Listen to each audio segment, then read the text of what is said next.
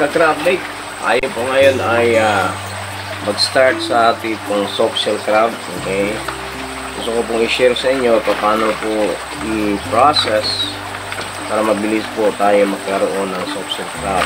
Okay, so meron po tayo ngayon dito. Okay, meron po tayo nabili sa buyer na ito po ay hindi po maabot ng 200 grams, nasa 180 grams, 170 grams, 190 grams. So, isa nito.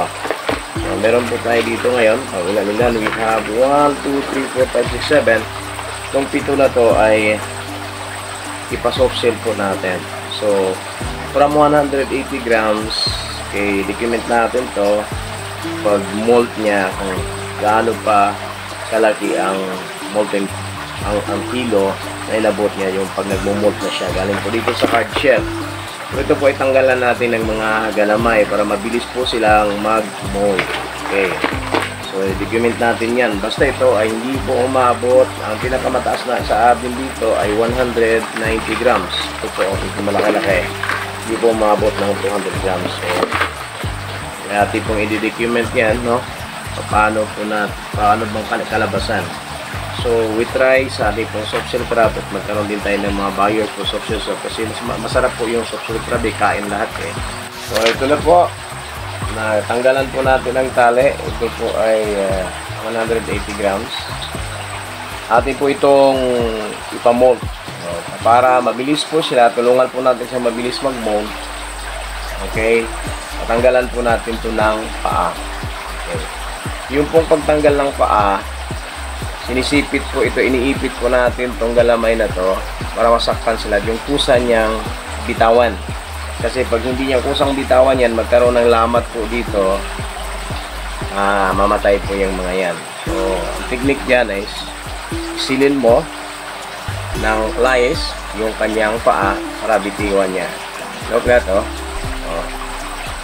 Okay, so binitiwan na niya. Wala na. So, ayan lang po yung tanggalin natin. Okay. Malawa. Wala na siyang paa. Tanggalan po natin siyang paa. And after that, wala na po tayo, hindi na po tayong gagawa ng takip sa ating palanggana. Kasi wala ng paa eh. Muntik na tuloy akong parang kawawa, pero ganoon talaga yung proseso dito. Tayo po ay magpa-mold para mabilis po.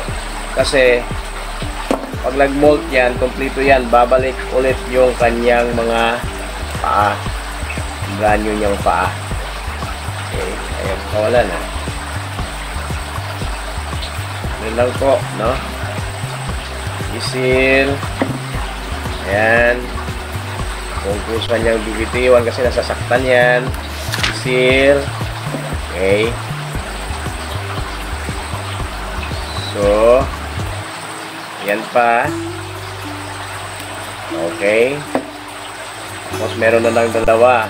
Ubusin natin to. Sipit lang po ang ating iiwan. Okay. Ayan. Ayan. So, wala na po siyang pa. Sipit lang meron. So, ito po ay magmo-mold within from now. Basta mataba lang na pinamold mo, be sure na nagpamold ka ay mataba yung crabs para hindi po sila namatay. Saka, within 20 to 25 days, matasa po yung 1 month, magmo-mold na po yung mga yan. Tinan po natin, okay, ang ating pong soft shell crab process ni Alimango King. Ito po yun, no? So, ilagay na natin siya dito sa ating pong matabaan sa planggana. Okay, dito po. Ayan. Wala na po yung hindi na po tayo naglagay ng takip. Okay, yung sa baba po ay mga pataba po na yan. Pinapataba po yan. Mga malalaki po yan. May mga takip yan. So, sinasabi ko po na mag-start na din po tayo sa ating pong mga soft shell crab. Okay, kasi maghanap po tayo ng mga buyers po sa soft shell crab. Pausulin po natin soft shell crab natin. Tuloy lang po kayo manood.